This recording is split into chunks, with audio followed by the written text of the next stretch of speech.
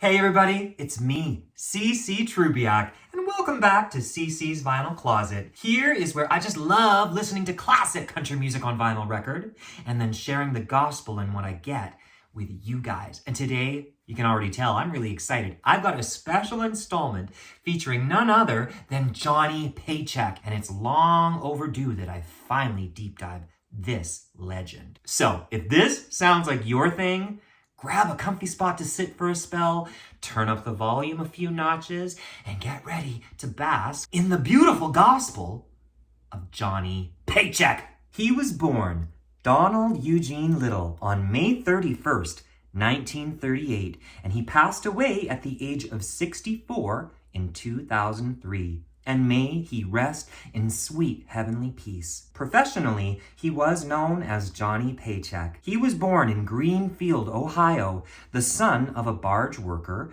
and the story goes he was already playing music in talent contests by 9 years old. A true sign he was a music lover. Research also tells me he left home at 15 to roam the country on freight trains. Yes, freight trains. He'd enlist in the Navy and serve on an aircraft carrier gasoline crew. And get this. 6 months later, he was sentenced to 18 years in prison for assaulting a superior officer. His sentence was later reduced to 2 years, and he was out by 1959. But you can bet it would not be his last run-in with the long arm of the law. That same year, he'd arrive in Nashville and somehow get a songwriting deal with Tree Publishing under the name Donnie Young. I've now read that he began playing bass with our friend here at CC's Vinyl Closet, George Jones, who was then an unknown. He would also play as a sideman with singers Farron Young, Porter Wagner, and Ray Price.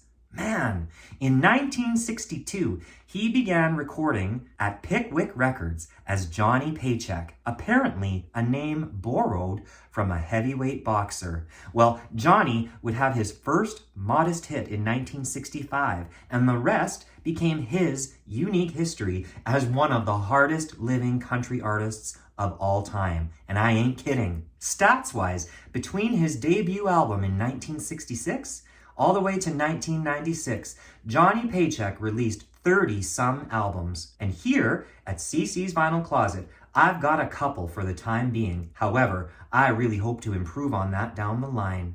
Today, I'm going to be highlighting Johnny's debut 1966 album, At Carnegie Hall, released on Little Darlin' Records and produced by Aubrey Mayhew. Full disclosure, coming into this deep dive, the only Johnny Paycheck song I've ever been remotely familiar with was his 1977 hit, Take This Job and Shove It, penned by our friend David Allan Coe. But it's been important for me to walk away from this episode having a stronger familiarity with Johnny Paycheck's origin story and artistry, hence why I really wanted to listen to this debut. Some quick notes. Johnny Paycheck at Carnegie Hall is not a live recording, as the title might suggest. But the backside has a nice write-up by Johnny himself, essentially letting us listeners know that all selections off of this first record are selections taken from his recent successful appearance at Carnegie Hall. There are a whopping 14 tracks on this record total, and the musicianship is explosive with all the staples of pure honky-tonk music: roaring pedal steel, dobro, piano, and bass, and it appears 4 songs were penned or co-penned by Johnny too. And I should say right now that I think Johnny was a great songwriter. It took this deep dive to realize not only did he co-write Tammy Wynette's first hit, Apartment Number 9, but also one of my very favorite George Jones songs from his 1974 album, The Grand Tour, Once You've Had the Best. I'm so glad to know and appreciate this as a proper classic country music fan. Now that I've been able to establish that he was a heck of a songwriter, I also have to acknowledge that voice. Folks, one of my all-time favorite male vocalists is George Jones. And now I have reserved a special place to appreciate Johnny Paycheck's voice too.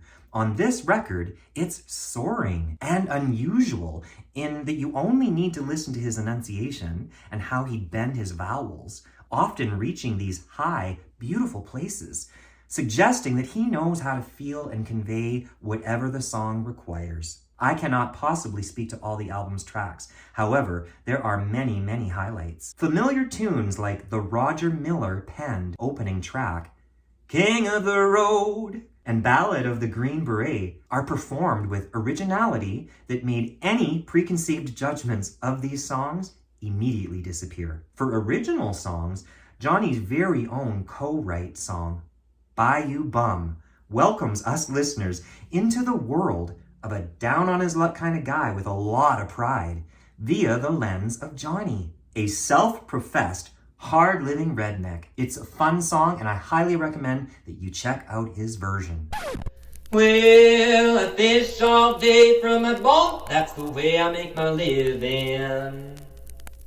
I got an old greasy dog in a riverboat for my home. I'm as common as a steamboat on the Mississippi River. Yeah, I'm a bayou bum and what a little bit of got's my own. Yeah, I'm a bayou bum and I wouldn't work it if I could. Yeah, I'm a scavenger on the river and it treats me good. Dreaming and a wishing, fighting and a fishing, that's all I've ever done. You can do as you please, but as for me, I'm gonna stay a bayou bum. I suppose if there's any running themes throughout these 14 tracks, it's the theme of pain, loss, and pride. Songs like Not What I Had in Mind, Pride-Covered Ears, Something He'll Have to Learn, and even My Last Night in Town, all of which are drenched in pedal and piano. They convey a king of heartache kind of feeling, the sounds and words of a man who is all too familiar with boozing and losing. Here's a sample CC style, but please do check out his version of My Last Night in Town. It's my last night in town, I'm leaving this all behind me. But no matter where I go, I know her memories will find me. I was sure she loved me so, but she turned me down. So let the sad music start. It's my last night in town. As I listened repeatedly to both sides of Carnegie Hall, soaking in that rich honky-tonk world, I read up on as much about Johnny Paycheck as I could to help me appreciate his legacy. What I've now found is, in these beginnings, Johnny was mentored by greats like George Jones, Faron Young, and he was considered one of the most promising new stars in country music. High in demand. That is, until 3 years later, he'd be living in destitute at an all-time low. I've read that after this, he lived in Los Angeles, unable to record, living hand-to-mouth, going by virtually unnoticed. Yet, it also appears that by about 1973, when he signed with the Billy Sherrill, who believed in Johnny's gifts, he'd be welcomed back enthusiastically. And these are the kinds of hard luck, hell-raising stories that I love so much about country music. Johnny Paycheck had his hard luck indeed. I recommend this full album to any fan of music. It certainly belongs in my collection. Songs like Handcuffed to Love, Ballad of Frisco Bay, and Big Town Baby fit in that wheelhouse of music that I love. Johnny actually sounds like he lives his songs, and perhaps that plays a part in his rocky and reckless ways. Now please check out his version of the bombastic Big Town Baby and tell me that you don't feel that fire.